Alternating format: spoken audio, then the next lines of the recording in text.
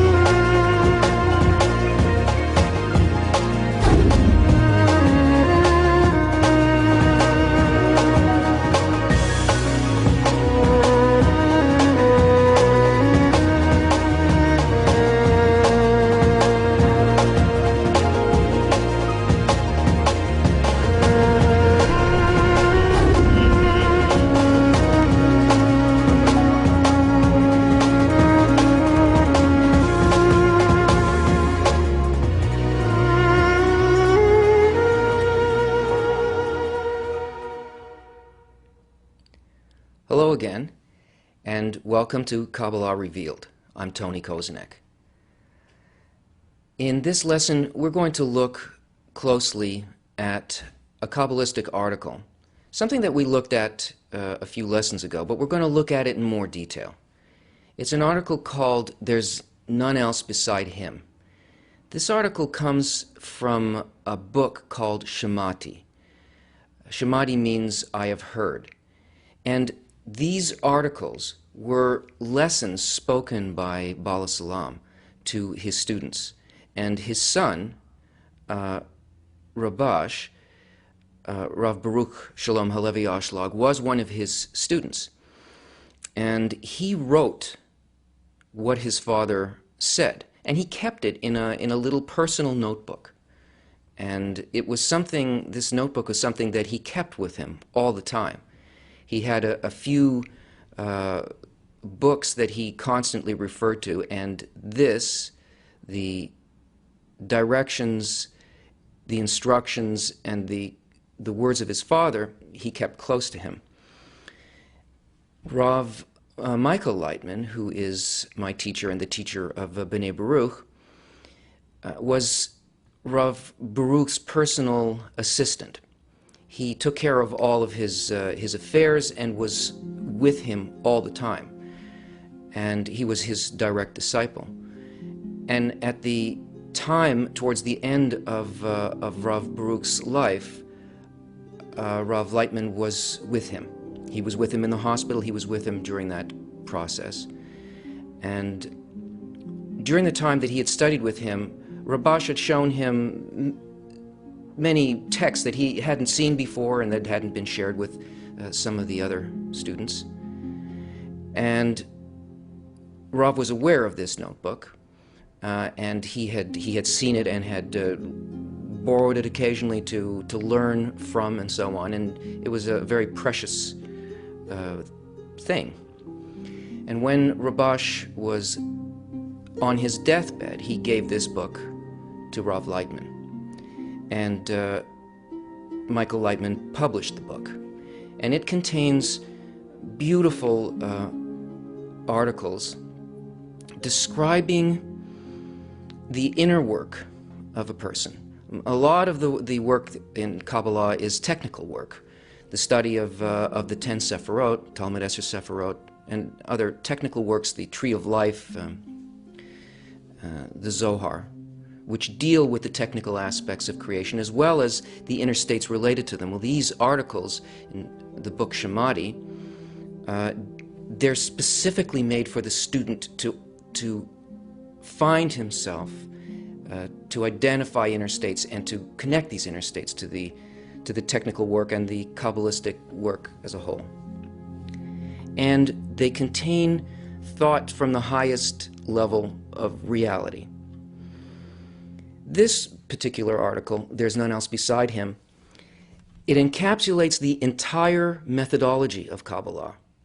There isn't anything that a person need do or know or consider that's not in this article. And Rabash told Rav Lightman that it would be a good thing if he read this hundreds of times.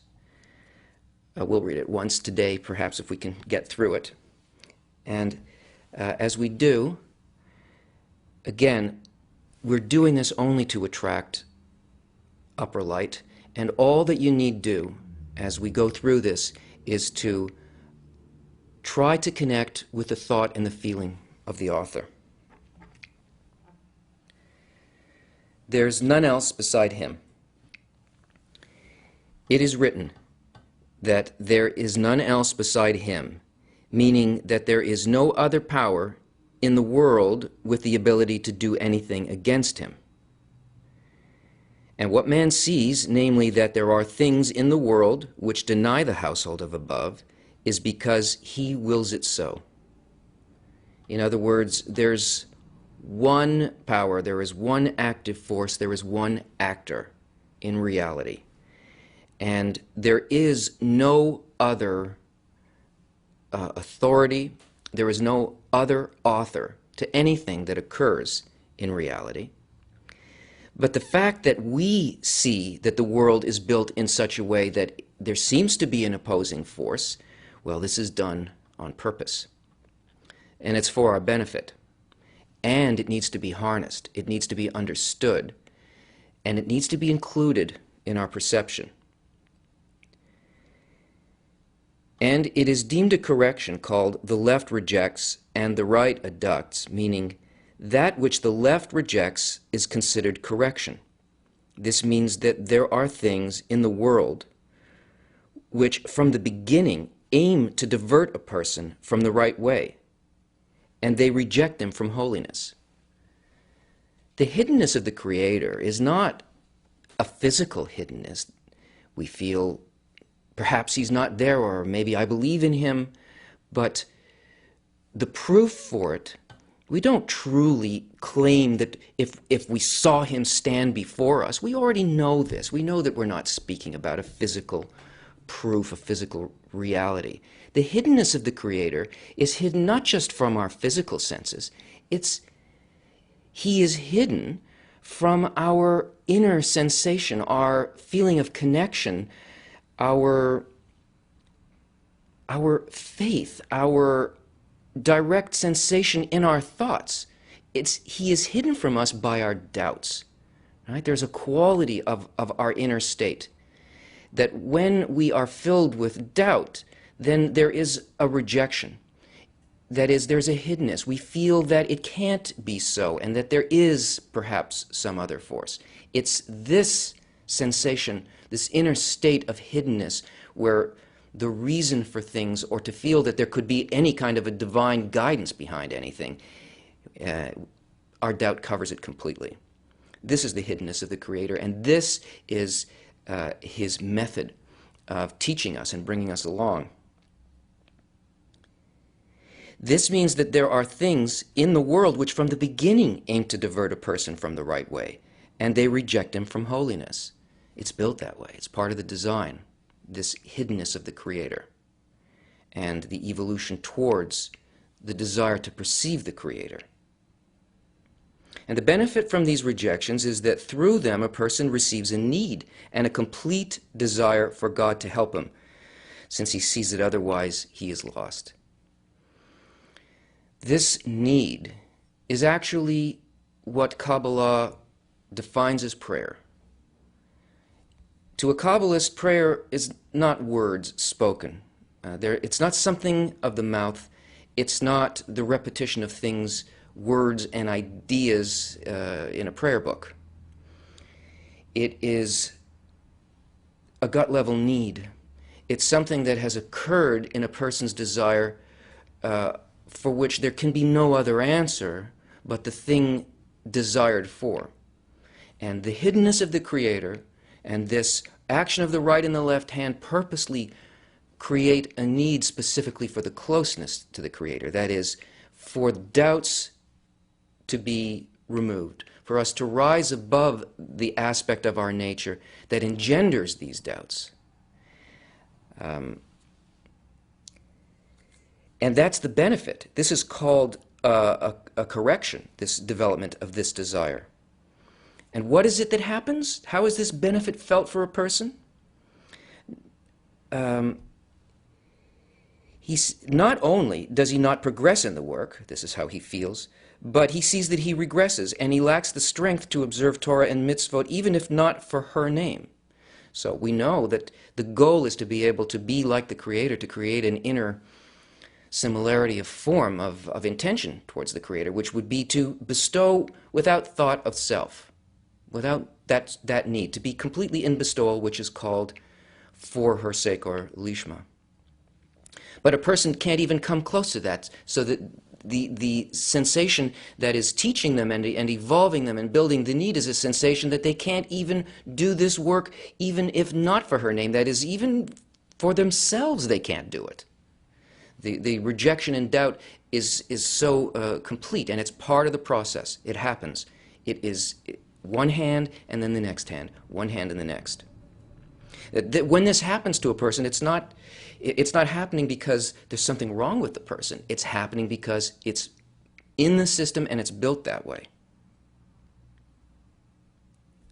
That only by genuinely overcoming all the obstacles above reason, he can observe Torah and mitzvot. So this is the thing that's built for a person. That it's not possible by dealing with a doubt and then with some kind of a feeling, a delight at feeling close. These two variations always produce a hiddenness, a sensation of hiddenness, and that the only way that a person can proceed to actually observe Torah and mitzvot, that is to become like the Creator, draw close and bond with the Creator, is above that level, above reason. But he doesn't always have the strength to overcome above reason, that otherwise he is forced to deviate, God forbid, from the way of the Creator, and even from not for her name. And he who always feels that the shattered is greater than the whole, meaning that there are a lot more descents than ascents, and he doesn't see an end to these predicaments, and he will forever remain outside of holiness, for he sees that it's difficult for him to observe even as little as a jot, unless through overcoming above reason, but he is not always able to overcome. And what shall be the end of it? This is the extent of the hiddenness and the need that it evokes in a person. It comes to an extreme expression. That is, the more that a person wants this, the more they truly desire this, the more it appears that they're pushed away. And this is a response similar to the response of a parent to a child who is beginning to be an adult.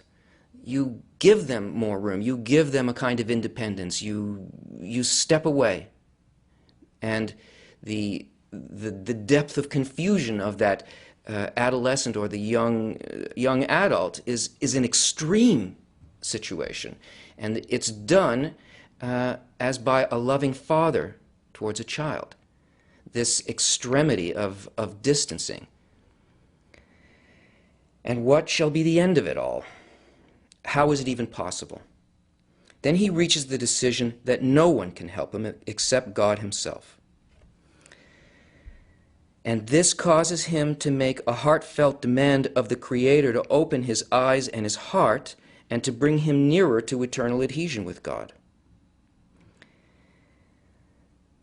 This is what eventually happens. A true prayer appears within the person. That you can't fool the Creator. You can't say one thing and really desire another.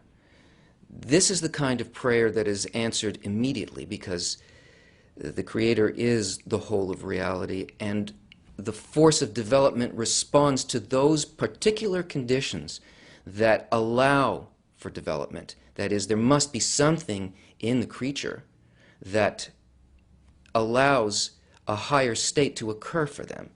And that higher state only happens as a result of a deepening need. So it says, it follows then that all the rejections that he had experienced had come from the Creator.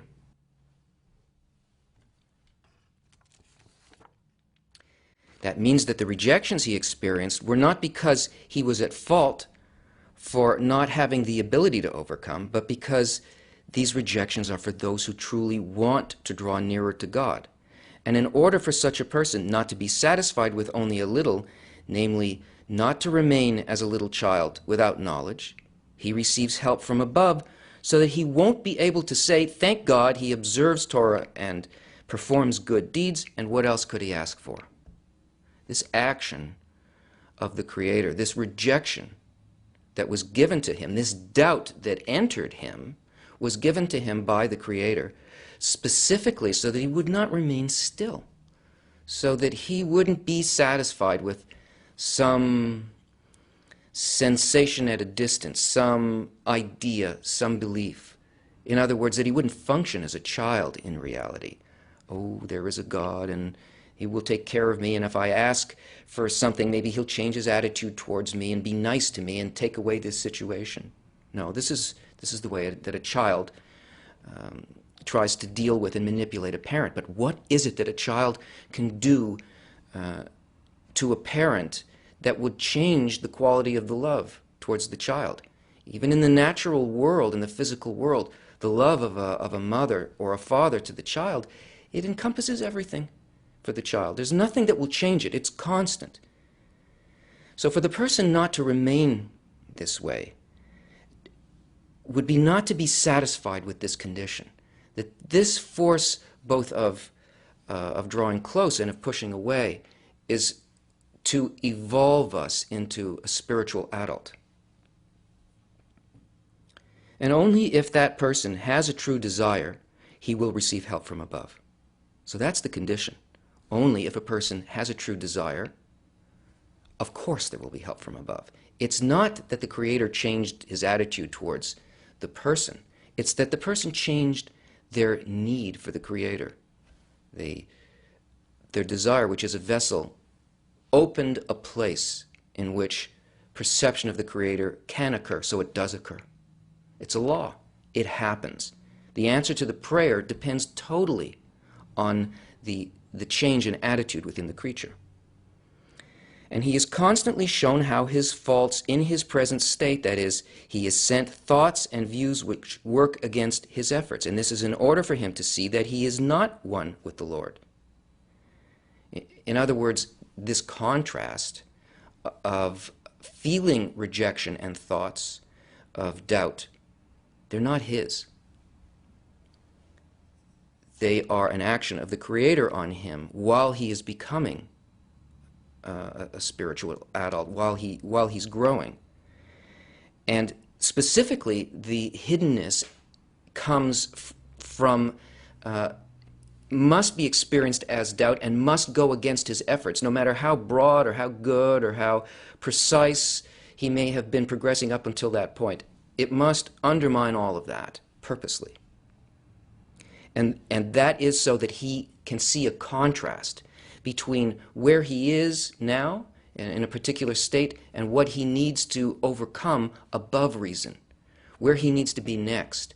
Because to be satisfied, you think, oh, I'm one with the Lord, I'm fine, I had this perception, I'm okay, I know everything now, I've got some kind of belief on this level.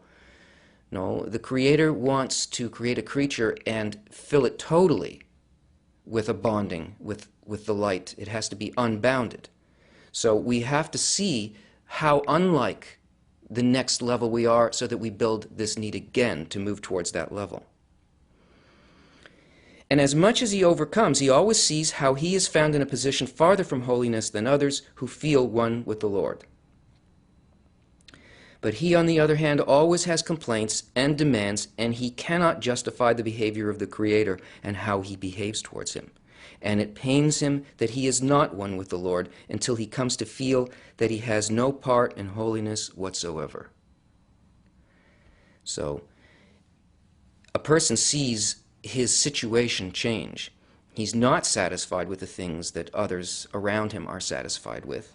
He comes to a point of complete preparation, that is, of complete doubt and complete despair. This is one of the things that occurs, and this is a preparation. It's a despair towards the goal, not a despair against life, that life is not worthwhile, but that according to the goal that he has determined, his intention to bond with the Creator, he sees that it is completely beyond his capability. That is, the capability of his created nature and the will to receive, and his actions, his intelligence. It can't be done that way.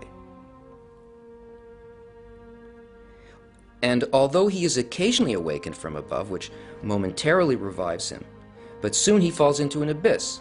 However, this is what causes him to realize that only God can help and really draw him closer. So even the enlightenment, even the awakenings that he receives will not do the job. It must continue to the point where there is a complete need only for the Creator, only for the light. One has to really abandon this idea that there's something we can do with our actions in this world. No action by a person will do anything to advance this. Only the growing inner desire will change anything. A man must always try and cleave to the Creator, namely that all of his thoughts will be about him. And that is to say that even if he's in the worst state, from which there cannot be a greater descent, he should not leave his domain, namely think that there is another authority which prevents him from entering into holiness and which has the power to either benefit or harm. And that is the substance of doubt, that there's some other reason for this occurring. Either it's me, or it is the world is conditioned in a certain way, my environment prevents me, that there is something other than the Creator doing all of these actions. That is, he must not think that there's a matter of the power of the other side, which does not allow a man to do good deeds and follow God's ways, but he should think that all is done by the Creator. The Baal Shem Tov said that he who says there is another power in the world, namely shells, is in a state of serving other gods, and that it's not necessarily the thought of heresy that is the sin, but if he thinks that there is another authority and a force apart from the Creator, by that he is committing a sin.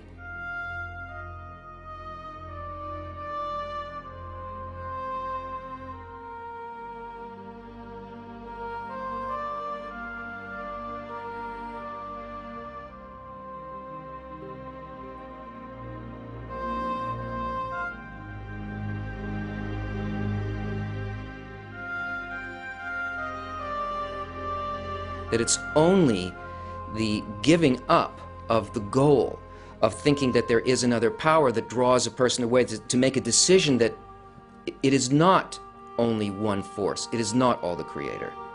This distance is called sin. Furthermore, he who says that man has his own authority, meaning that he says that yesterday he himself did not want to follow God's ways, that too is considered to be committing the sin of heresy, meaning that he does not believe that only the Creator leads the world. All the thoughts that we have, all the feelings that we have, and all of the choices that we make based on those until we come to equivalence of form with the Creator, until we begin to sense spirituality, every single one of these things is placed in us. These are all actions of the Creator.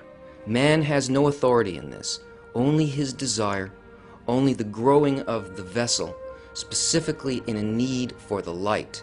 This true prayer is the only action of man and the only thing necessary to ascend. We'll continue this article next time. Join us then.